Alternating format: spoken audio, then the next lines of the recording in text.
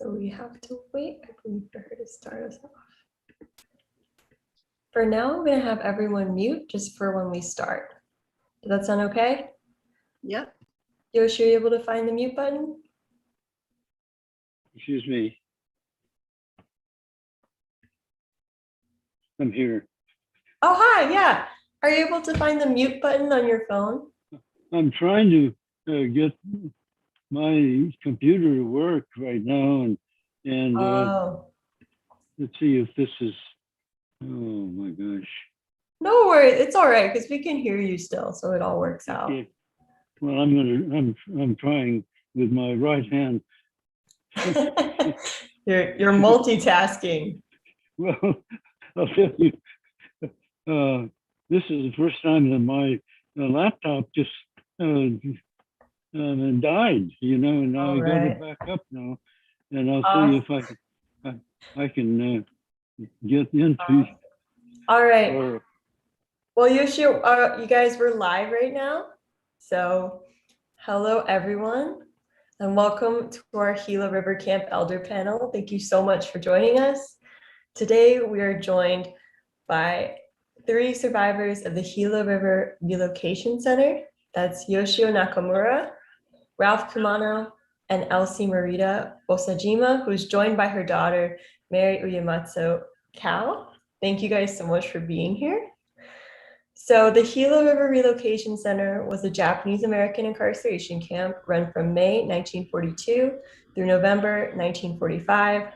At its peak, Gila River housed 13,348 innocent prisoners split between 2 camps, Canal and Butte. So the purpose of this panel is to commemorate the resilience of camp survivors in the face of extreme hardship and violent racism, and to reflect on the past, present, and future of the Japanese American community as a whole. Now, before we get started, I'd like to start with a land acknowledgement. So, my name is Abigail Chun. I'm a settler on the land currently known as the United States.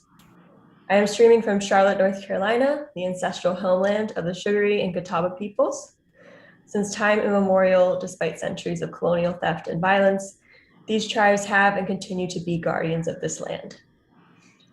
The Gila River Incarceration Camp, the focus of our panel today, is located on the Gila River Indian Community Reservation. The Akimel, Otham, and Peeposh peoples have cared for this land and its waters since Earthmaker created the world from his body. The Gila River Camp was forcibly built on these lands. The United States government tore up tribal infrastructure, exhausted the soil, and desecrated the landscape with numerous prison structures. The US government then failed to compensate the tribal community for this theft of their lands. The Akimel, Otham, and Peeposh peoples remain the caretakers of these lands, and thus the caretakers of our history as Japanese Americans. Acknowledging the native lands we occupy is only the first step towards justice. We asked our audiences spend some time towards identifying which tribal lands you occupy at native-land.ca and research ways to be better allies to Native communities in the land back movement. So thank you so much. Yoshi, I'm gonna go ahead and kick off your twin right there. Oh, I don't know which one it is. We have 2 Yoshios for now. But all right, so now that we've officially begun, we're gonna start with some introductions for our amazing panelists.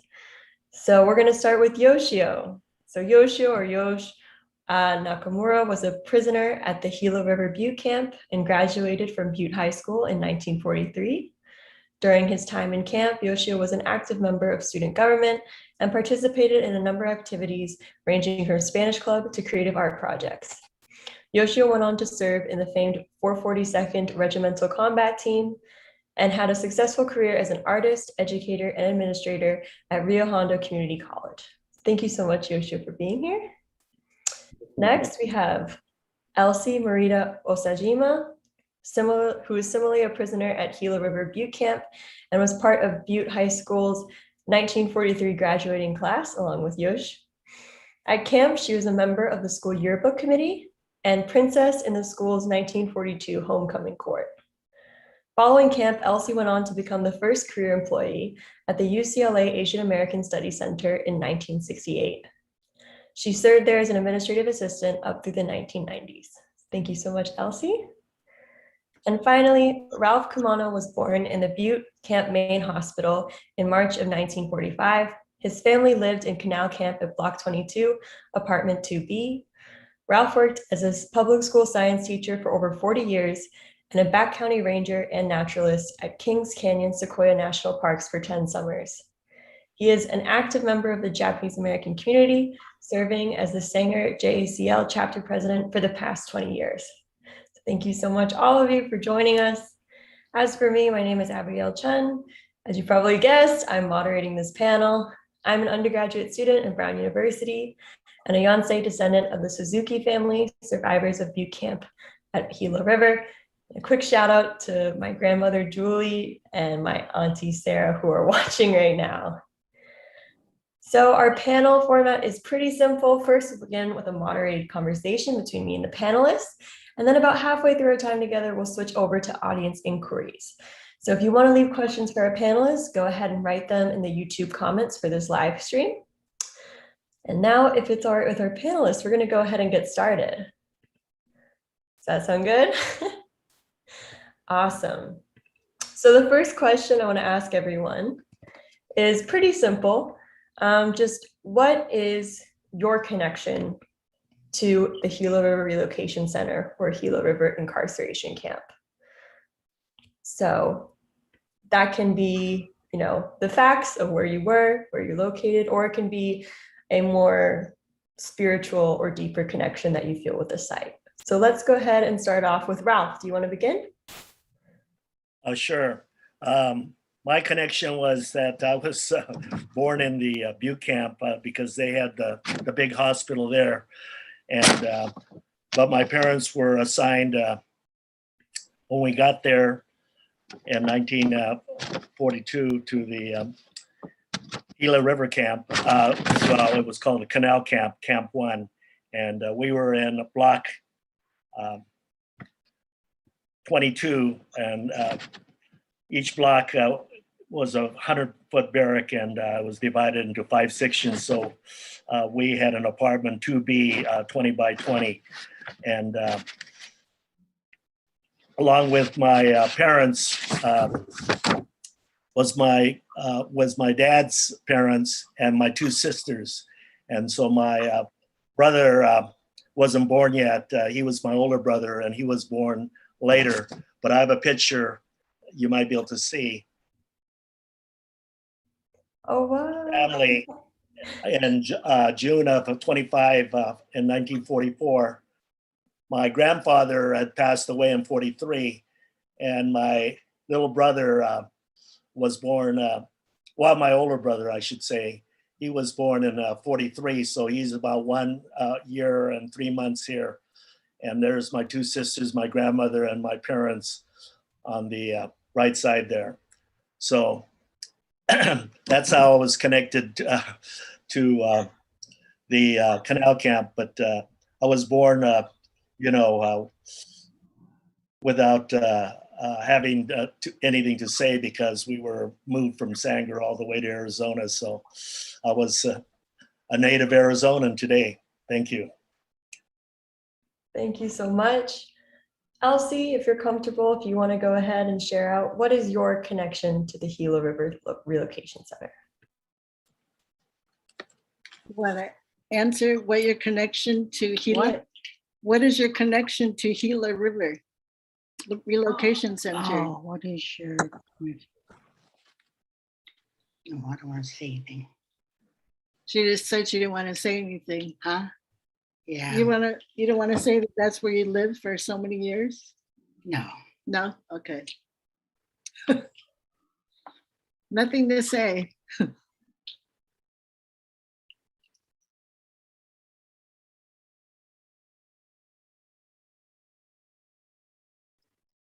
Abby, you're muted. Thank you. All right, Yoshio, go ahead. What is your connection to Gila River? Okay. Well, I was transported there by train, and there was no charge for that transportation. And we were housed in Block 48, our family. My father, my two brothers, and a sister.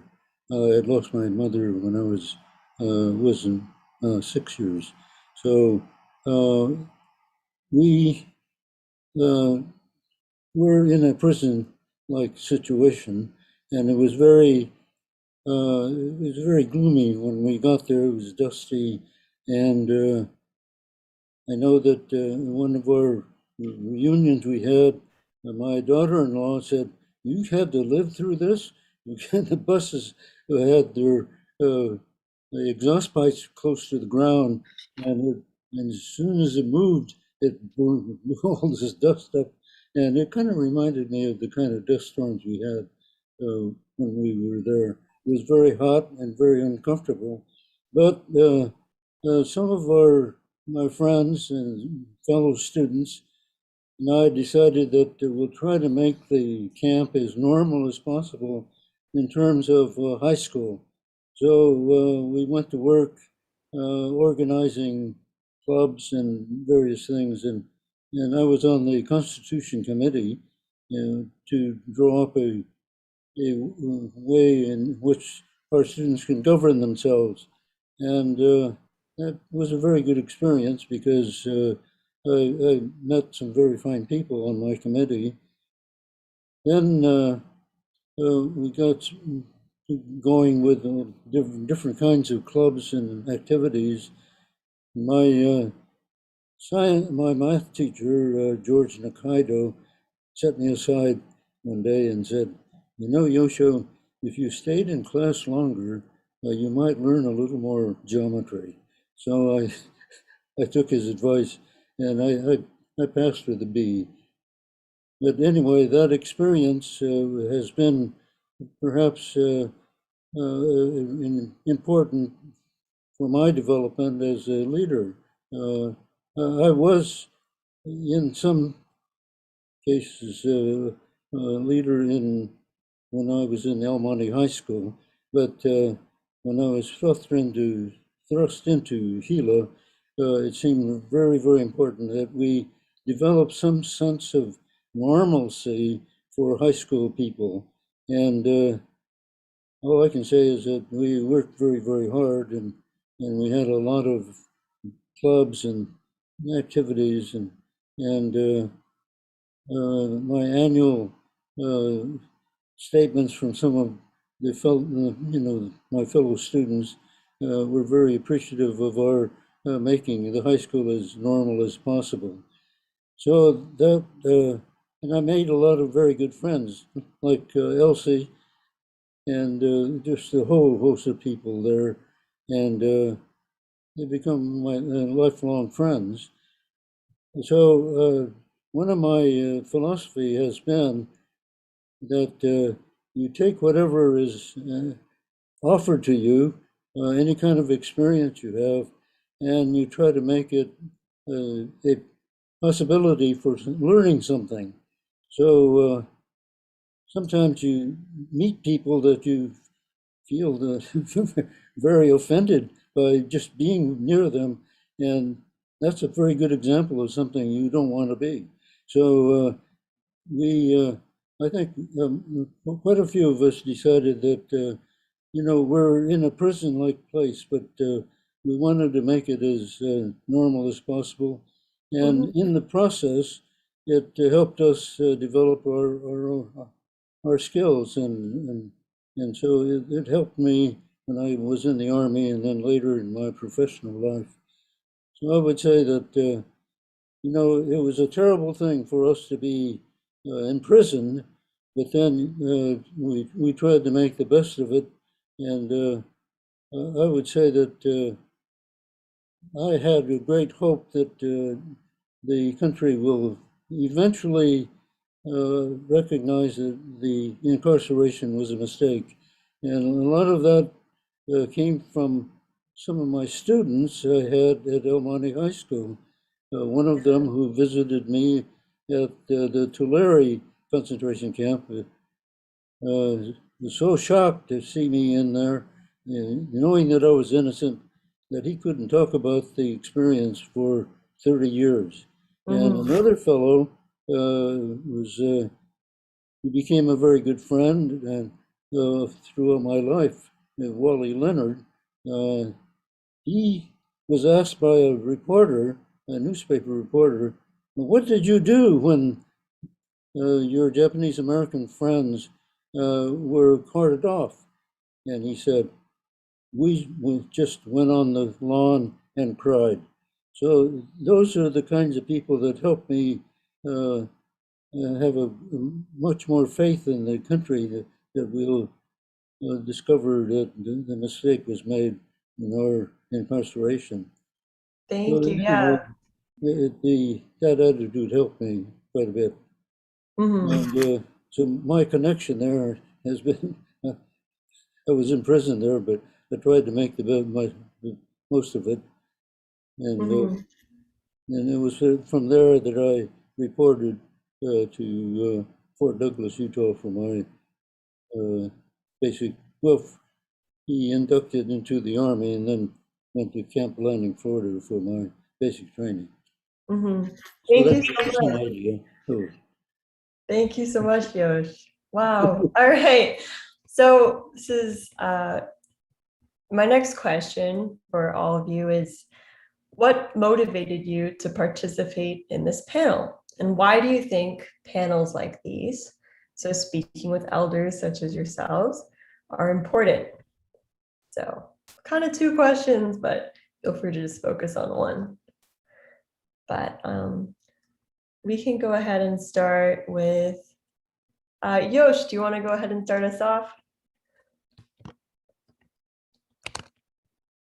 Would you like me, Elsie?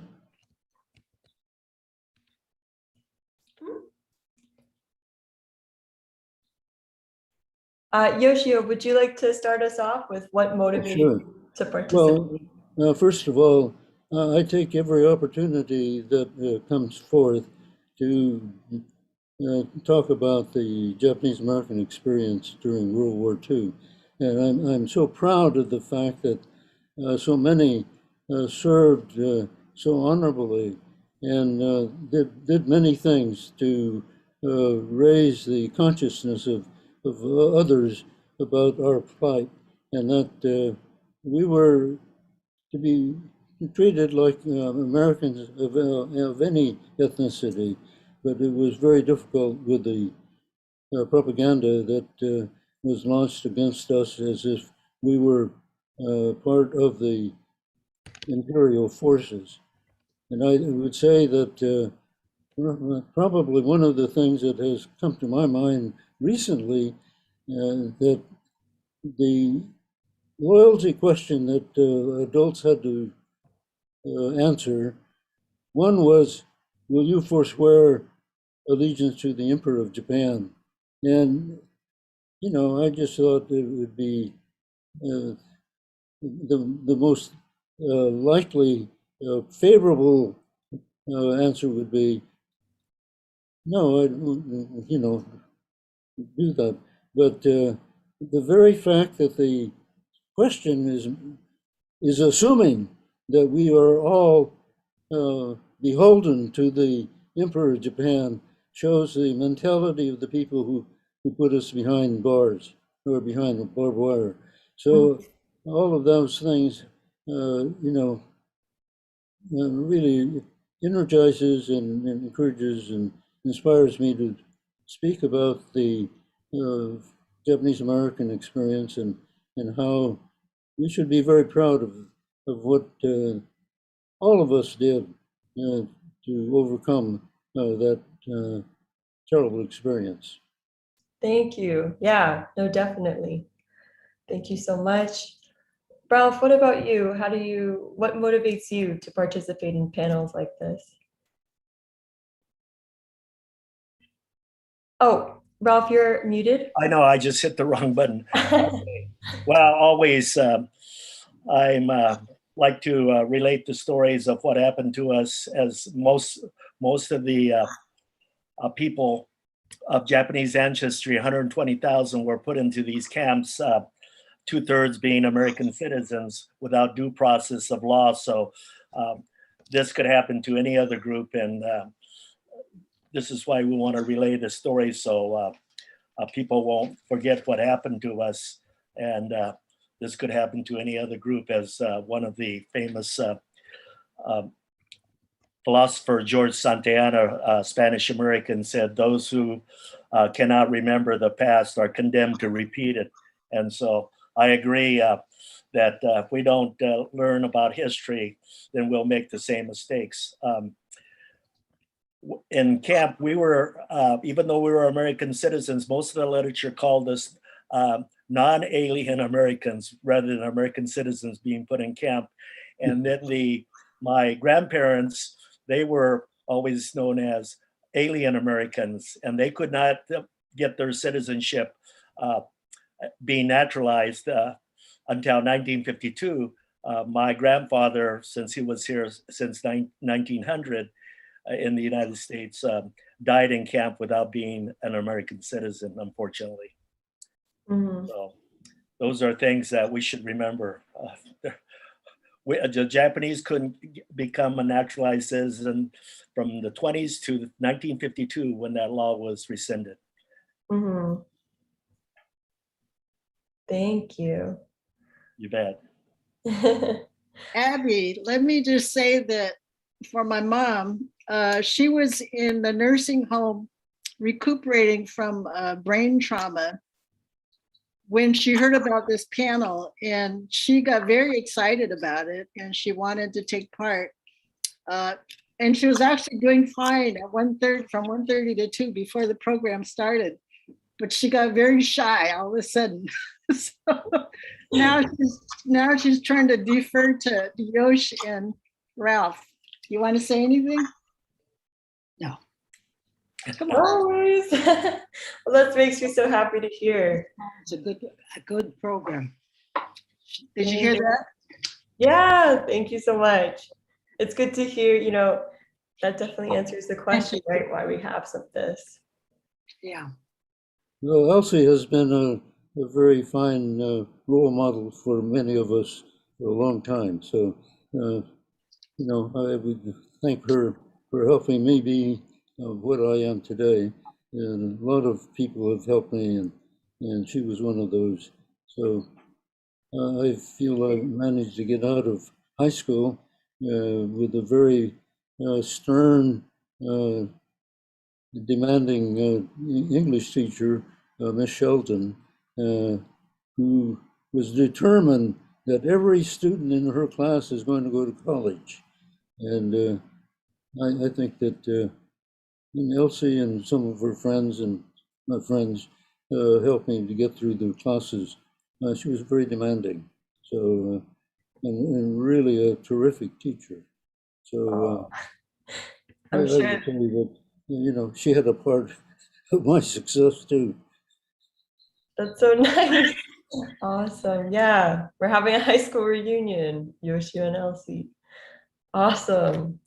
Well, maybe we can go following that vein, going to camp, the actual experience of being in camp. Following what Yoshio said, I'm curious about what friendships were like in the camp, what it was like meeting people, who did you interact with, and what was it like? What did those relationships mean while you were in camp? So I know for you, Ralph, it might be a little bit more tricky, but maybe also even beyond camp, the relationships or friendships you've made with people who have a shared history. So Ralph, if you want to start us off.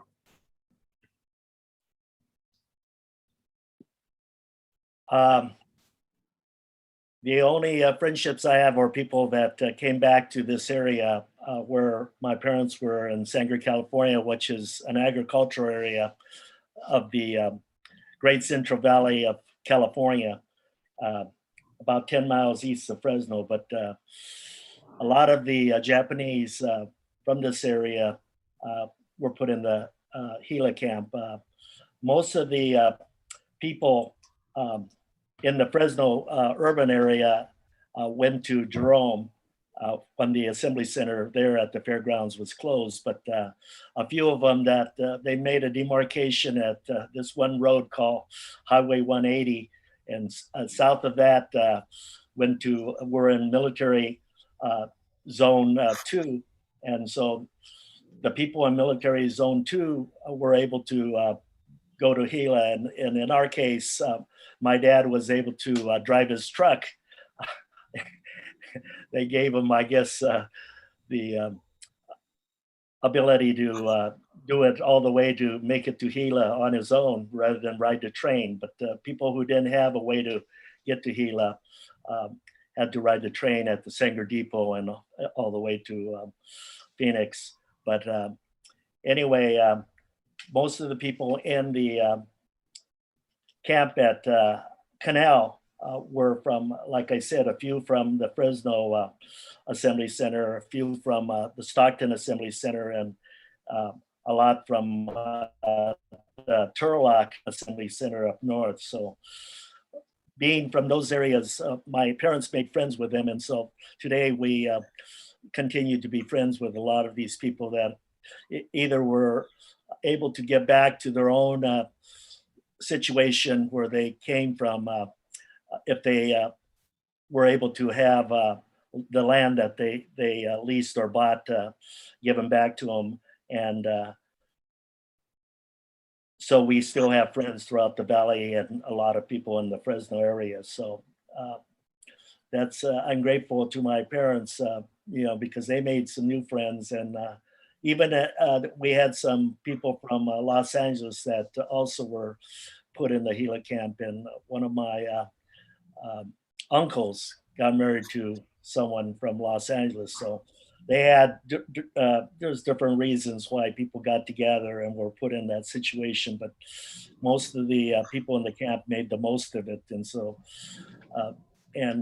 after the camp, we had a lot of good friends when we came back to our area. One of the nice things about my dad's situation is we had the city constable live at our house. So we were one of the lucky ones that were able to get back our house. But a lot of the Japanese that were evacuated lost their lands or didn't have things to come back to. So that was a sad part. Mm-hmm. Thank you so much, Ralph. Yosh, I know you mentioned Elsie, but what were other friendships that you had in the camp? Well, let me say that I really felt sorry for women in the camp because the latrines, they were bathrooms and shower rooms, didn't have partitions. And I know that a number of people told me that they waited until 3 in the morning or sometime when no one is going to be there to use the latrines or the bathrooms. So I thought that it was a bit of a dehumanization when you consider how the camps were made. And I think the architects, if you want to call them that, were all male. So there was their focus was on males, and it really didn't make too much difference for males, but it sure did for women. So that's one of the things. The camp was very dusty, and it was not a very healthy environment, as far as I'm concerned. And but we, being young, were able to make friends among young people, and so that was another thing. And sports was a lifesaver for a lot of people, playing basketball or baseball, and some of them playing football too. I think that that was something that really kept the morale high for for a lot of people. Mm-hmm. And I would say that from my standpoint, the experience, it was anything but pleasant. That we tried to make the most of what we had there, and I would say that I made some lifelong friends, And one of the things that really impressed me was when I was in my English class, in other classes, I find that well over 2/3 of the students in the class were California Scholarship Federation members. And my gosh, brainy people are in here. What am I doing here? And so I would say that the fact that they were very motivated also helped me in my effort to study. And luckily, there are people who would be willing to help me along. So, it could have been a very dreary, a miserable experience, but I think we made the most of it in terms of trying to enjoy ourselves and kind of put blinders on so we don't see the barbed wire. Yeah. Thank you so much, Yosh. Okay. I don't know if Elsie wants to share anything on friendships, any friends from camp.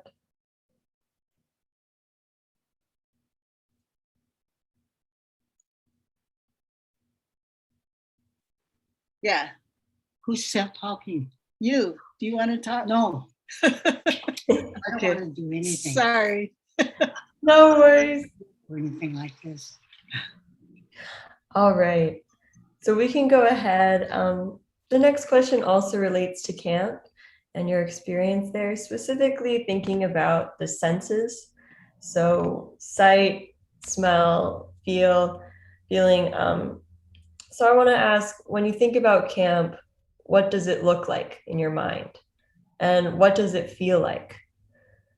So that can be, in your head, if you have a picture of it, if you have a feeling that you associate with it, a smell, I would love to hear that.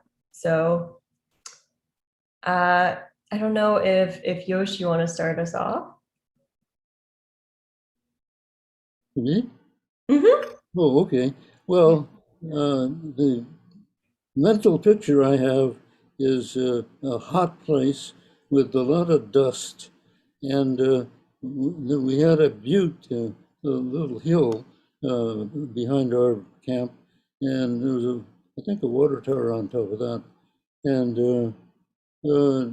it was a place where you can watch some movies because the hill created a kind of an amphitheater so you can see above the heads of other people. I'd say that overall, it's a very negative view of life in terms of the surroundings, because we were surrounded by barbed wire, and you couldn't go anywhere anyway because you were in the middle of a desert. And I would say that probably one of the most positive things that happened was that we had a lot of talented people who were farmers, and they used the canal water that came in and planted vegetables, all kinds of things for food. And so in that sense, we were pretty lucky that we weren't eating canned spinach, or to whatever, the fresh things. And so I think we grew enough that a lot of it was exported to other camps. So that part was positive, but the overall environment is, I just picture these barracks with two roofs on top because it was very warm and there'd be space between one roof and the other. And so it's if you like being in a prison, that'd be a great place. Yeah. Thank you so much, Yosh. Okay. Abby, I just wanted to, this is something that Yosh has mentioned several times, the dust. And actually, I think all the camps, people suffer from the dust, but like my mother I guess over the last 20, 30 years, several doctors have noticed these it's like a nodule in her lungs. Mhm. And the most recent doctor was a Japanese doctor, and he said that he's noticed these nodules in the lungs of many people that were in camp. And so he believes that those nodules are from the dust that people were breathing. Wow. I just wanted to add that health note as far as the That's effect right. it had on people. Mhm. Thank you so much. Want to add anything? Yeah, I think it was called valley fever. A lot of people got that as a result of the dust. Mhm. No, it was not a healthy thing to breathe, but we managed to get through it. Mhm. Yeah. Thank you, Yoshio.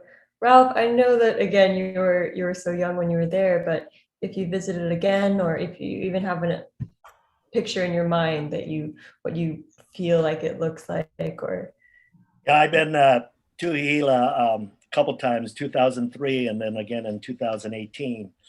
But you're talking about being in the Sonoran Desert with the vegetation basically of mesquite trees and creosote and bursage bushes and cactus. There's a few saguaro cactus around that area.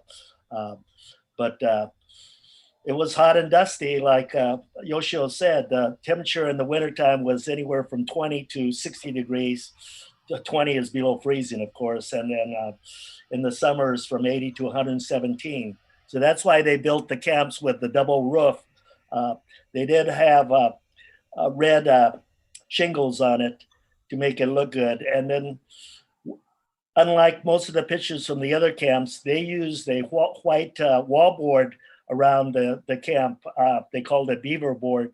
And so it from a long distance, it looked really nice with this, rather than the black tar paper that you see at Manzanar or any other camps with the red roof. And so that's why they called it a model camp. And then in April of 1943, that's where Eleanor Roosevelt came to visit for 3 days with the WRA administrator, Dylan Meyer. And they inspected it and said, look what the Japanese are living in, these nice barracks and things. So anyway, that was all propaganda. But Mhm. if I was living there, from the stories my mom said, the floor, because it was a raised foundation, was made out of wood, and so there, as the wood shrank, there were cracks in the wood, and then you'd have spiders and insects and even scorpions come up through the cracks. And so the camp did put a type of sealer on the floor, but my dad went into Phoenix because he would get a pass every so often. He had his own truck outside and was able to go get some carpeting to cover the floor. But again, these barracks were only 20 by 20 for a family of up to 6 people. So it was pretty crowded in there. And that's the way we lived in those barracks. And also they built evaporative coolers in a lot of the roofs of some of the camps, but because of the low water usage and the water problems, they eventually curtailed the use of the coolers. So of course it was only for looks rather than for use. Yeah. And in the wintertime, there was a wood stove, a single wood stove. And whether you had wood or coal or fuel oil to burn, that is what the heating was. But there was no partition in the 20 by 20 room. So each of the families would put wire across the top of the in the ceilings and separate them by putting blankets over it to make a little partition so you have a little privacy. Mhm. So, Yeah. the conditions were, I guess when they showed it over the United States, this is nice because the Gila camp actually had a sewer system. And so a lot of the people in Phoenix, because they still had septic tanks in a lot of places, they were jealous that we got a sewer system and even a hospital at the Butte camp. But, hey, we were forced to be there. And so the government, it was up to the government to supply with things that were convenient for the people to live there, because the both of the camps together made Gila Relocation Center the fourth largest city in Arizona.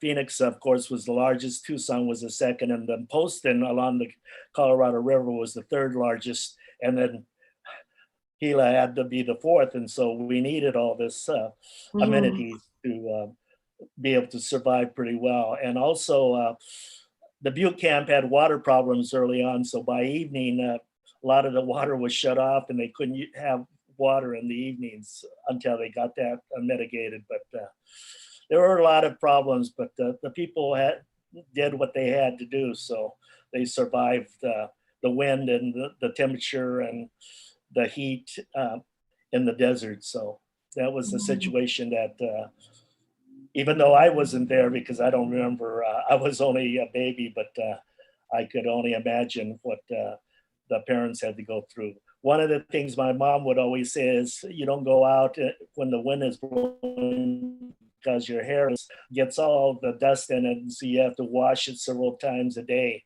So that was one of her things, pet peeves of just staying in or putting a head covering over if you had to go out. Thank you so much. Yeah.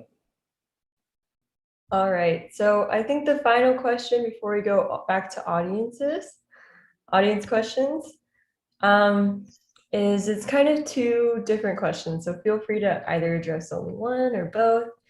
But first is, how do you think the experience of camp impacted Japanese Americans as a community? And on an individual level, how did it impact you as a person?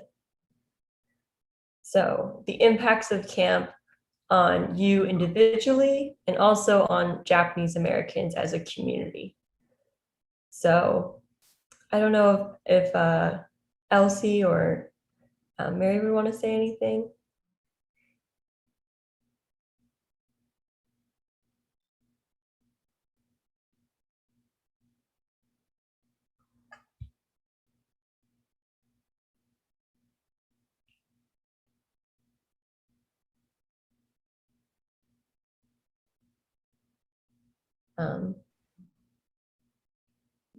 I'm not ready to talk. No worries, I can also come back. All right, let's go to Yosh then. How do you think the experience impacted? Well, one of the things that really comes to mind is whenever you meet a Japanese American, the first thing that is discussed is, what camp were you in? So we identify by, they were in Butte or Poston or Amachi or somewhere. So that was a common ground understanding of our background. I would say that people reacted to the experience in very, very different ways. So, you might say that for some, it was like a woman who has been raped and cannot talk about it, and wondered, what did I do that would happen to me, and that sort of thing.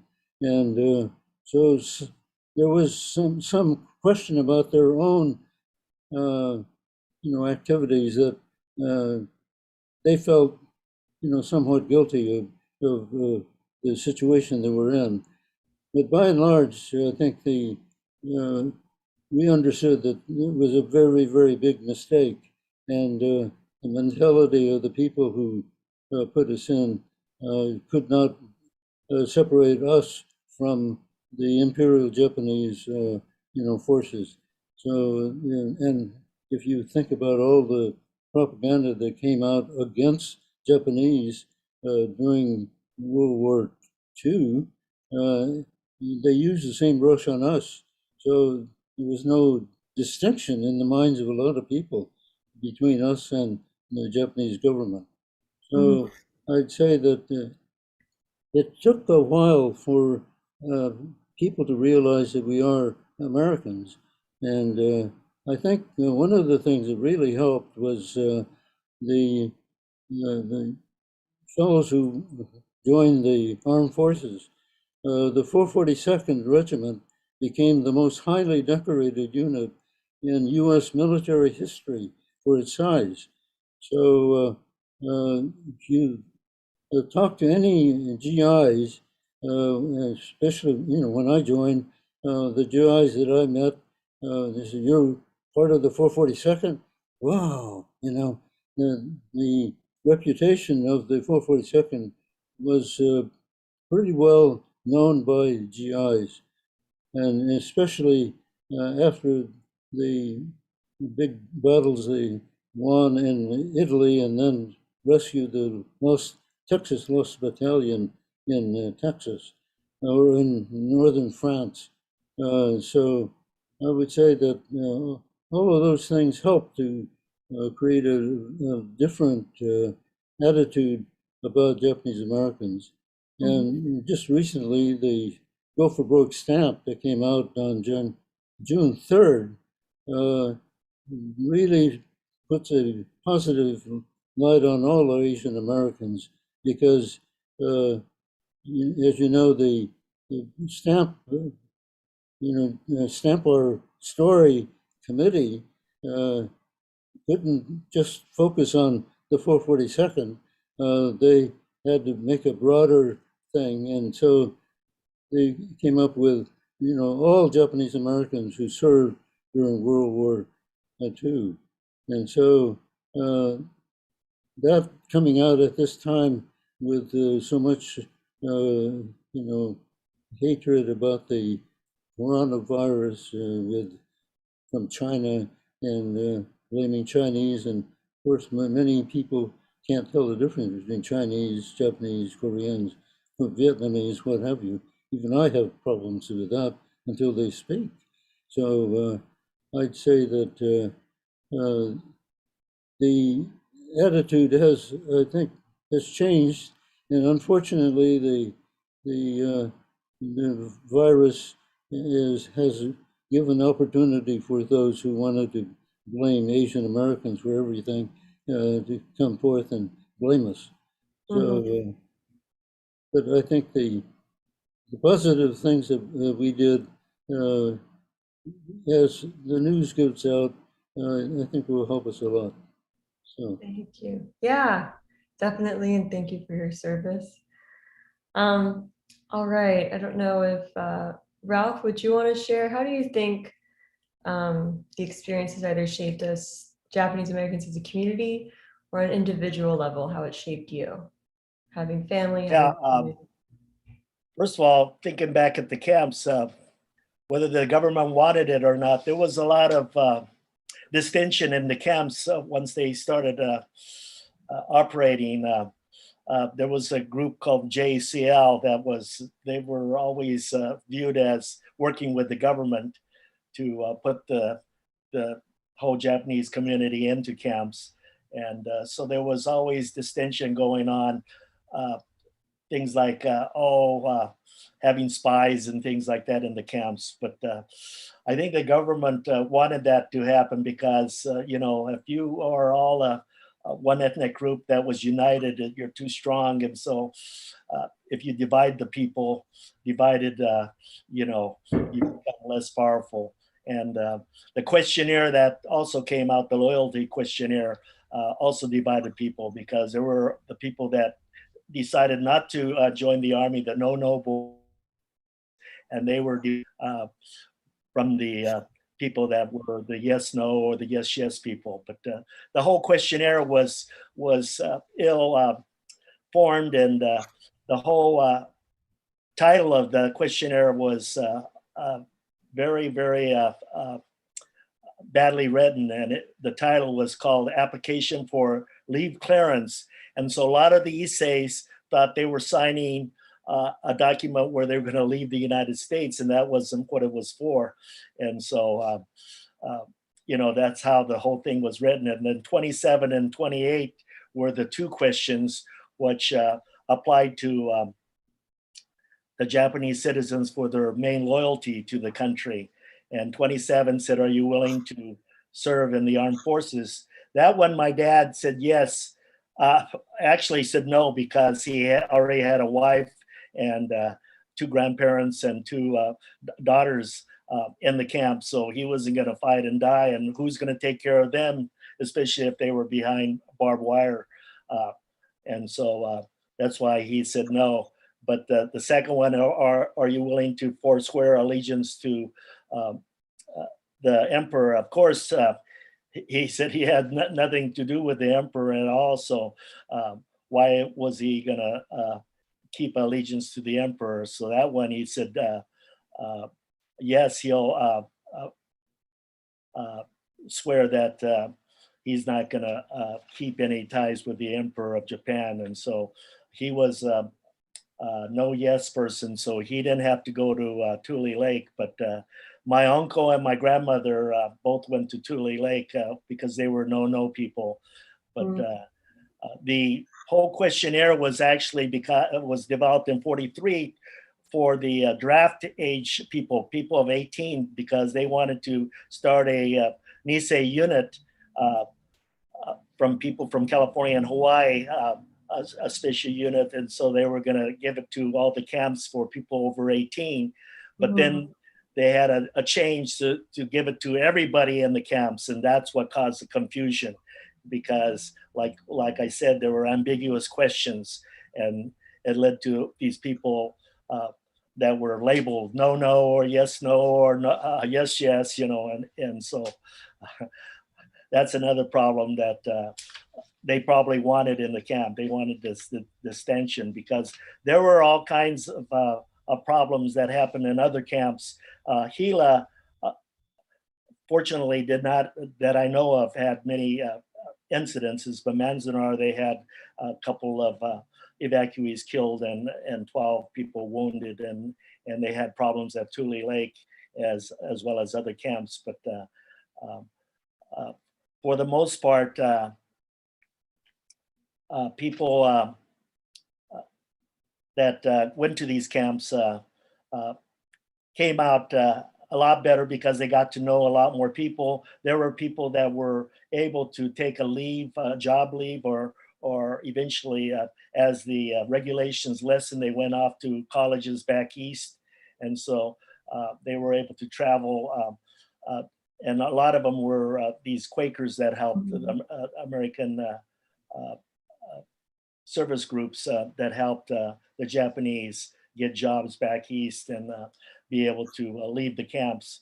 The surprising thing is Tucson was still near the coast, and so it was a military zone. So those people had to go into a camp. But Phoenix, because they were outside the area of military necessity, there were Japanese there, not many, but they were not having to go to camp. And another thing with the Gila camp, we were kind of lucky that we had one guard tower, but it was torn down very shortly after the camp was operating, because they didn't have personnel to man it. And then the barbed wire came down, because you're in the middle of a desert. Where are you going to go?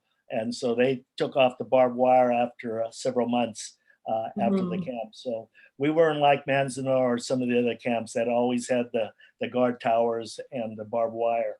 So that was kind of neat, that we had a good camp director, and he was able to do things that helped the internees in the camp.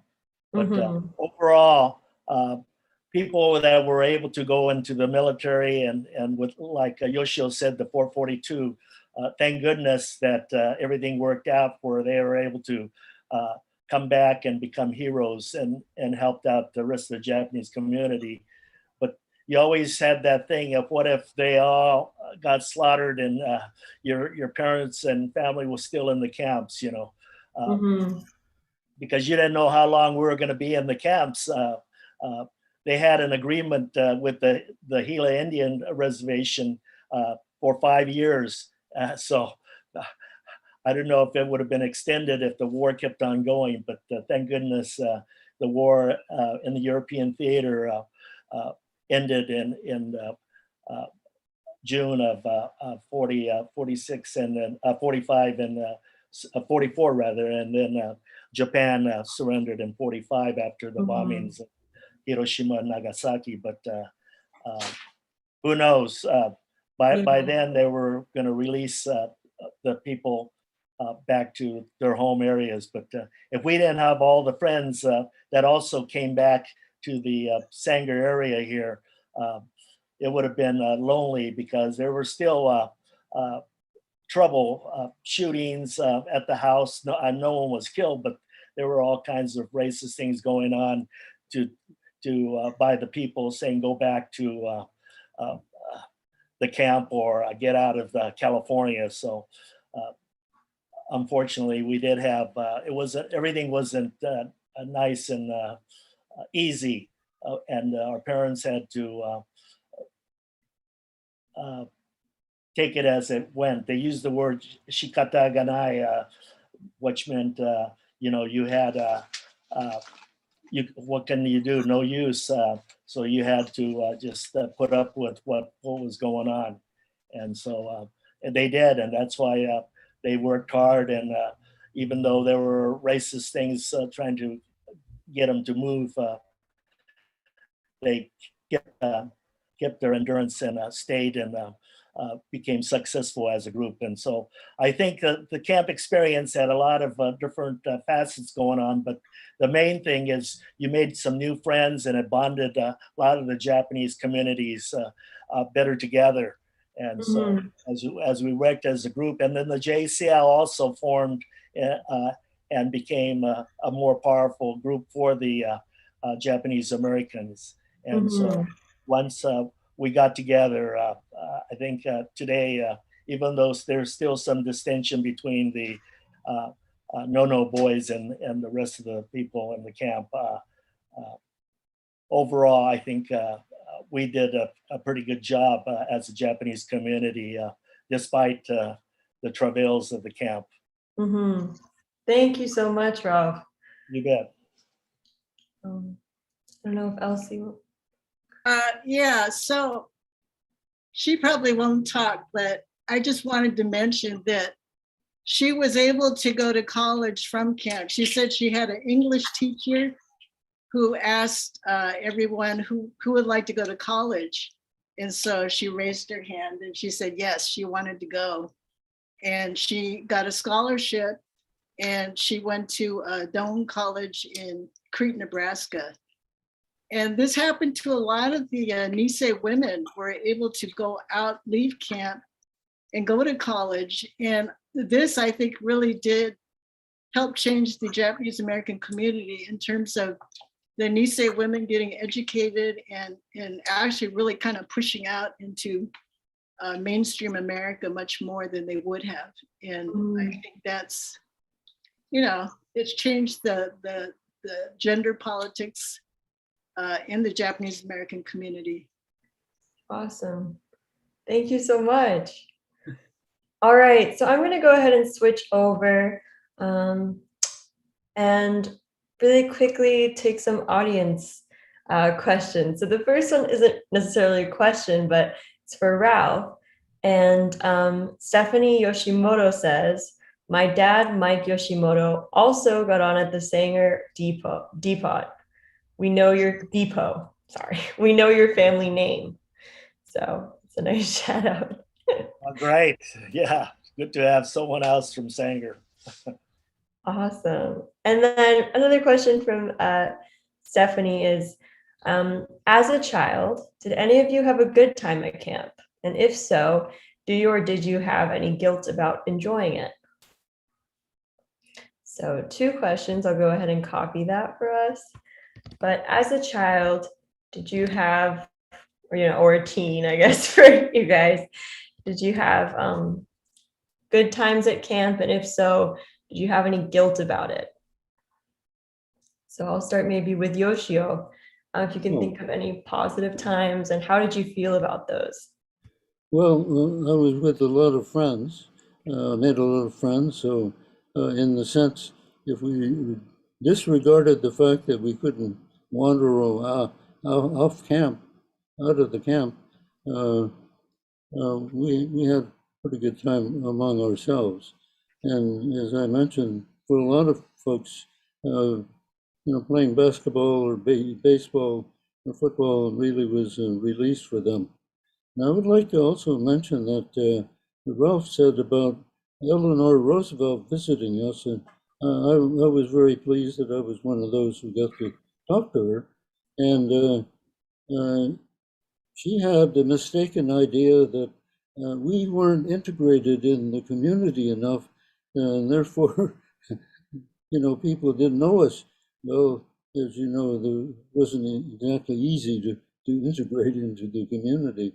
And most of us were in agriculture or fishing or some other areas.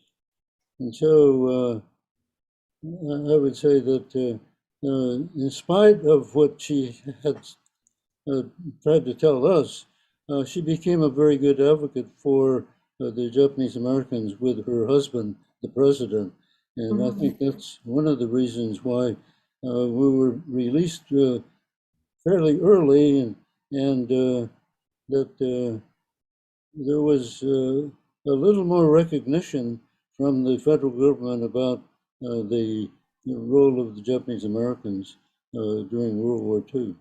So I'd say that Eleanor Roosevelt was a pretty important person in terms of the attitude change on the part of her husband and other people surrounding him. Thank you so much, Yosh.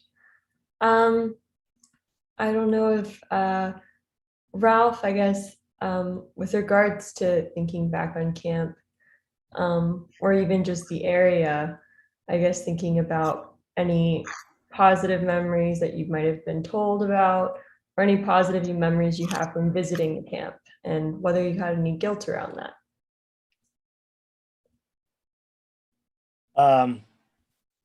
Yeah, I just was thinking back what I would have done if I was of my parents' age, trying to raise a family inside the camp. The hardships they had to entail,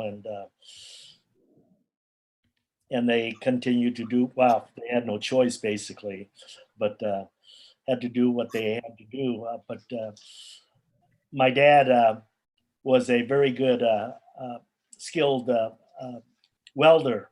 And one of the things he did in camp is they asked him if he would do the welding.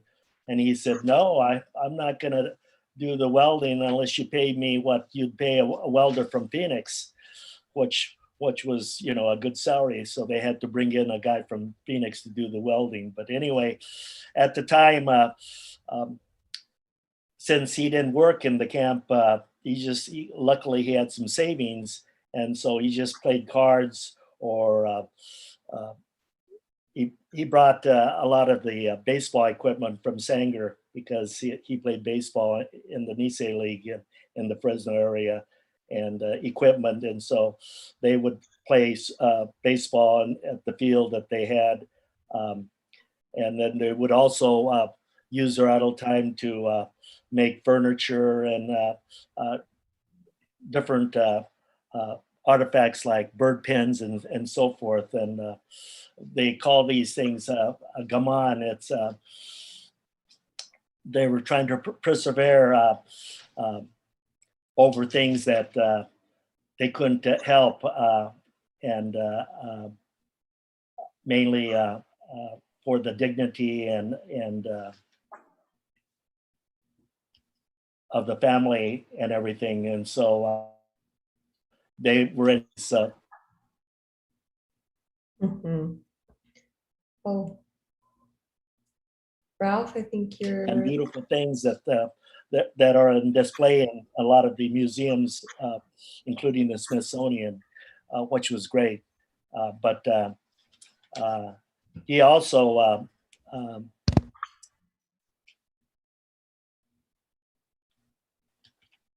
getting back to the reason he wouldn't accept the work salary is the camp people could not be paid more than the Army private, which was $21 a month at that time, $21 a month. And if you were unskilled, you only got $8 a month. If you were skilled, $12. And if you were a professional, like a doctor, only $16 a month. So all these salaries were pretty low, and that's what it was like slavery salary. But they upped it about $4 more later on in the camp. But the original salaries, my dad said, I'm not going to work for that, and that's why he decided to just play cards and games and things like that. Awesome. Yeah, no, definitely. Thank you so much, Ralph. And Elsie or Mary, if you want to share. Yeah, I'll just say a few words. I don't know why she got so shy. She was doing great before it went live. I remember growing up that she and my dad always used to talk about all the fun that they had in camp. You know, it was like just a great time, parties and, you know, friends and this and that. And it wasn't until I started studying more about it in junior high and high school that I thought it was wrong. And so I used to come and argue with them about how could you feel it was such a great thing? You know, it was I didn't say concentration camp, but basically it was like, you know, you lost all your rights. And so this was, I think, you know, our generation, which was part of the Asian American movement, really helped kind of start drawing that experience out from our parents that, you know, yeah, there were good times, but, you know, what was the larger context of why this thing was happening? So I just wanted to add that. And I don't think she feels guilty about having a good time because she had a great time.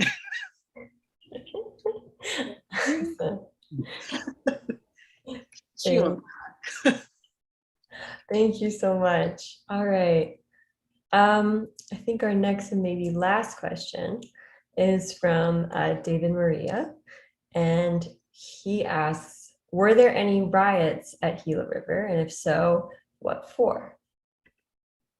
Were there any what? Riots. Riots? No. And I'll put it in the chat right now for us to see. I don't remember any in the Gila camp. There may have been, and maybe I had blinders and didn't see it, but I was not aware. Although my wife was in Manzanar, and one of the fellows who got killed by the guard would have been related to me by marriage if he had lived. So his name was Ito. So and the riot was really having to do with the employees, the government employees who were taking more than their share of the food from the evacuees, and that was what the protest was about. And but the guard shot, you know, point blank and killed this fellow, Ito. So. But in Gila, I just recall that there may have been spies that were hired by the government to go attend meetings and things we've had, because I noticed one of my teachers would show up in a lot of the meetings, and he was probably, you know, taking notes of people who said this and that. But I don't recall anything close to being a, you know, a riot. I would say that people of a different generation would ask, "How come you didn't demonstrate?" Well, it's like you're in front of a firing squad and you demonstrate. You know, and who is going to protect us? You know, no one was willing to come out and be supportive of Japanese Americans openly. So if they did, they were called all kinds of things. So I'd say that it was impossible for the Japanese Americans to really protest in the way that we see things today. It just would not have been possible, because you would have politicians, commentators, newspapers, you know, all kinds of people who would encourage you to be shot, you know. In fact, in one of the states, you didn't have to have a license to kill Japanese. So, you know, that was the mentality of that day. Mm-hmm. And you couldn't protest like you do today. Your life would have been in danger. Mm-hmm. Thank you, Yoshio. Ralph, do you want to share any of your thoughts about whether that be protest or riots? As far as anything I read, I don't recall any riots happening at the Gila camp, but my dad was put on a blackball list because he did complain about, like Yoshio was saying, there was some missing food. And I think that was because there was a black market going on, and a lot of the food came by train. At first it went to Coolidge, which is 17 miles from the south, and they had to truck it in. And eventually, they had a warehouse near the railroad in Serape, which is a couple miles from Secatan to the east, and it was only 11 miles. So they dropped it off at that warehouse, but a lot of the food supposedly went missing. And so that's why my dad and others complained, and they got reprimanded for complaining. But that was the only incident that I know of something happening at the camp. Thank you. Yeah. All right. And Elsie, do you want to share anything?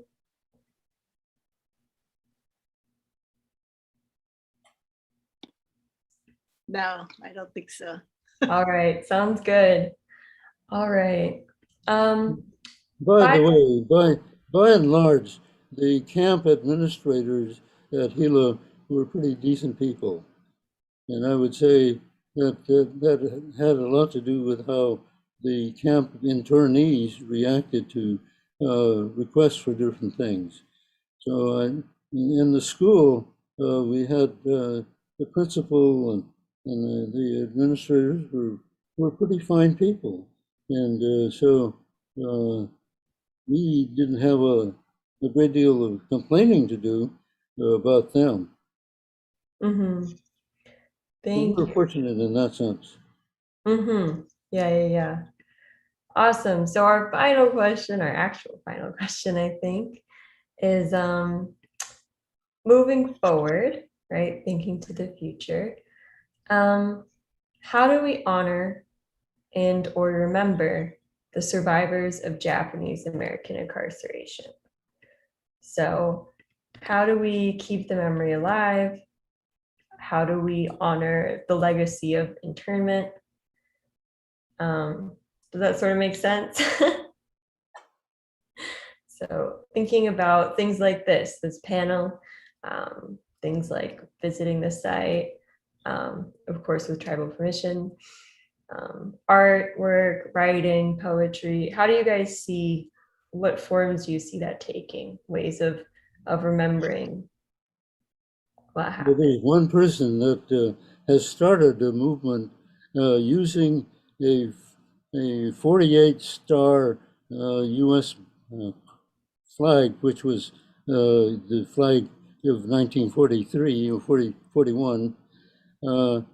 Judge Gogo from the San Jose area has started having internees, surviving internees, sign the flag, and he has been going all around the state and elsewhere, getting people to sign these flags.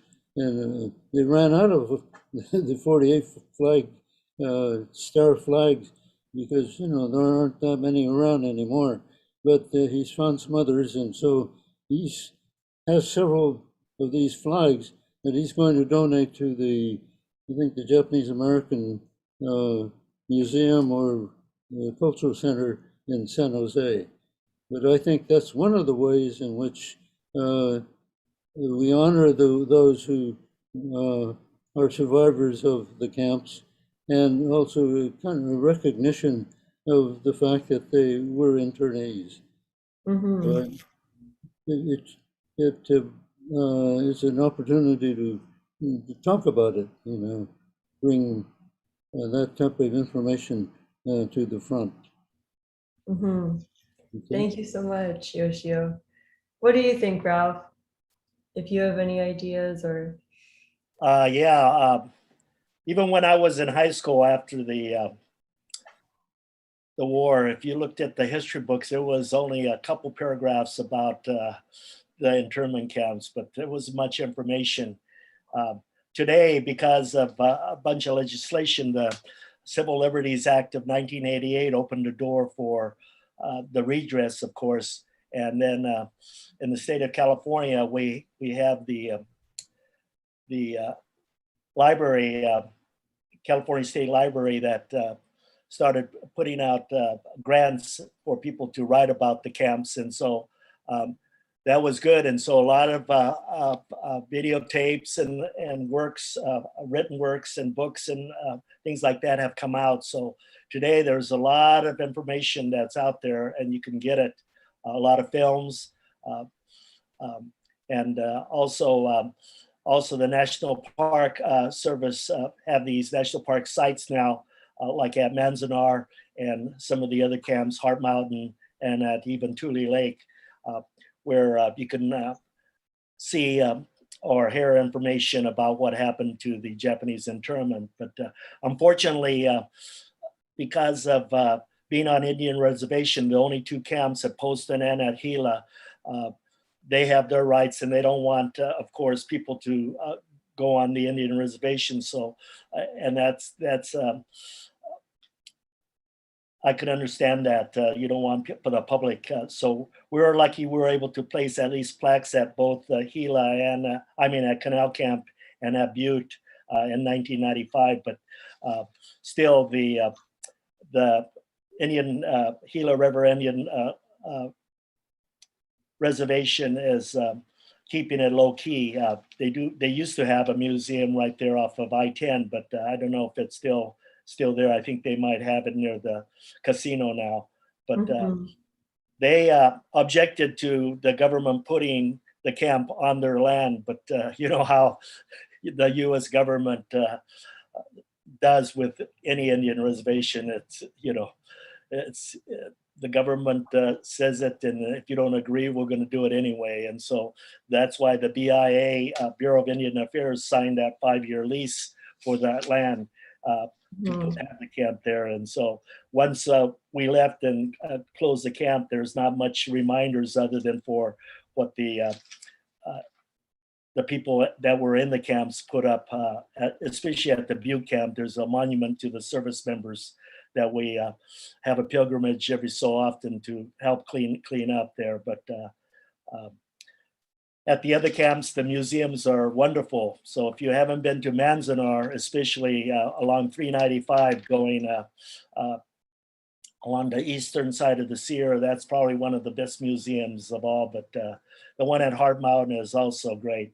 But most of the camps have their museums that have been put up by the internees that were at those camps. So that's where we have the legacy and the information that's going to continue. So this won't be forgotten. But even at Manzanar, when I was teaching in Los Angeles, my kids would go by and they would stop at the camps and say, we didn't know that there were Japanese put in these camps. And that's how, our information is not well disseminated, but hopefully it will continue. But it's like the Holocaust. There's so many deniers of that ever happening. And so there are also deniers that Japanese were put in camp. They deny that they didn't put Japanese in these camps. So things like that happen. And so we're going to have to keep on having the diligence to keep on writing information and showing evidence that this happened and fight for our civil rights. Thank you. You bet. All right. I don't know if Elsie or Mary, you want to say any final words? Yeah, just one last note. The first book that was written from an internee about the camps was Michi Nishiro Weglin, and she came out of Gila. So I think that's something that Gila can be very proud of. Yeah, Yeah. definitely. That's Thank you for sharing that. Yeah. All right. So before we close, there are just two more comments for you guys to hear. So David Maria says, thank you all. My grandmother, who is at Tule Lake and Amache, and I are watching. She says this is very important work. Thank you for all being here and taking the time to share. And then Stephanie Yoshimoto shares that her dad remembers movies on the weekends as well, as I think Yoshio mentioned. So before we leave, I just want to give out a few thank yous. First, to thank Kimiko Mar and the Japanese American Memorial Pilgrimages for all their support in organizing this event and hosting us on their site. I want to thank Paul Shorthair and Donna Chung for their guidance throughout the panel planning process. Thank you to Bill Staples and the JACL for helping sponsor this event, and to Matthew Weasley for designing the panel's fantastic logo. Thank you to Koji Laozawa for serving as a mentor to me and for managing a lot of the logistical groundwork for this. Thank you to our audience, all of you, for participating and coming to our event. And finally, of course, thank you to each of our panelists for graciously volunteering your time, energy, and knowledge. This quite literally could not have occurred without you. So thank you so much. And I think that's all. So